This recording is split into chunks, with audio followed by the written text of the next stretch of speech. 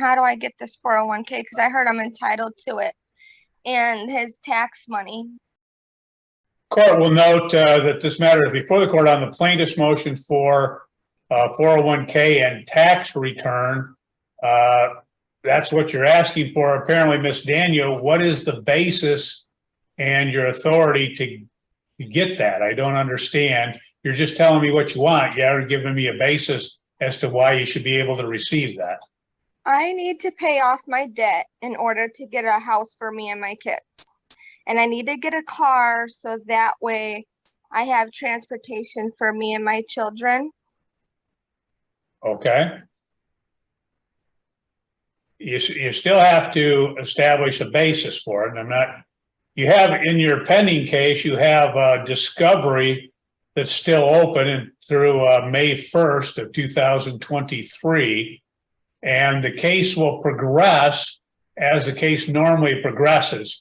So for instance, what happens is we don't allow people in that to piecemeal a divorce case out like, okay, I want to get a hold of this, for instance, or I want to attach this bank account.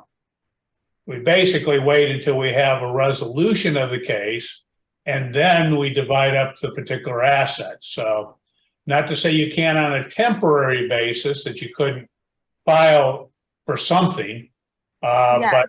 but I can't give you any legal advice, but it's up to you to establish what you want and the basis for receipt of what you want as well. So anything else that you can tell me other than you want to get a hold of that? I have to provide for my kids and stuff. And that's the only way, what I got right now. He's not paying for the baby since the day that we left. He won't buy the baby diapers. He's not buying him anything. Okay. Well, ma'am, what you can do is you can always file to get child support.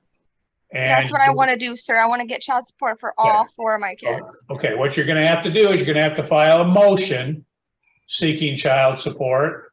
You can basically, in the motion, set forth the factual basis as to why you're entitled to child support. Obviously, they're his kids, he's required to pay child support, but you'd have to state to the court, for instance, that he hasn't paid you anything. I don't know, because I'll tell you what happens in these cases. He could come in and he could file an answer and say, no, I've been paying her all along, and here's my receipts or what my canceled checks or whatever. I don't know until the matter is before me. That is not before me today. So you're going to have to file a motion. He can then respond, and then we will address it. And so you can file that for any Monday with 9 days notice. Any Monday at 10:30, and then we can address it at that particular time. Okay? Okay. Now, in the meantime, how do I get this 401k? Because I heard I'm entitled to it and his tax money. Well, you're entitled to it as a result. Okay. Support my needs. You're entitled to it as a result of the divorce action. Okay. Okay. So it would come later, basically. Yes. Is that what you're saying? Yes, that would come later. Correct. Okay.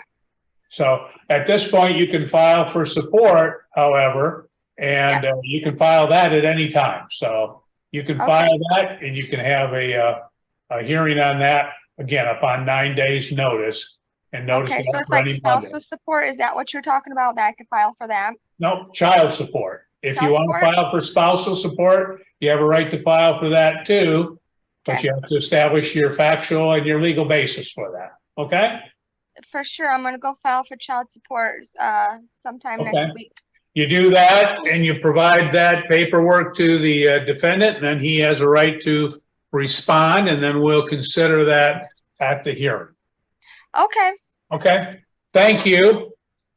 Court will end this particular matter at 11:02 a.m. You're free to go. Have a good day. The kids, they unfortunately walk in on all 3 of us having intercourse. Is it true that your parents call our kids niggers? Who paid for everything? Kelsey. But she had no job. She got food stamps. Oh, okie doke. So she paid for everything with food stamps. Got you.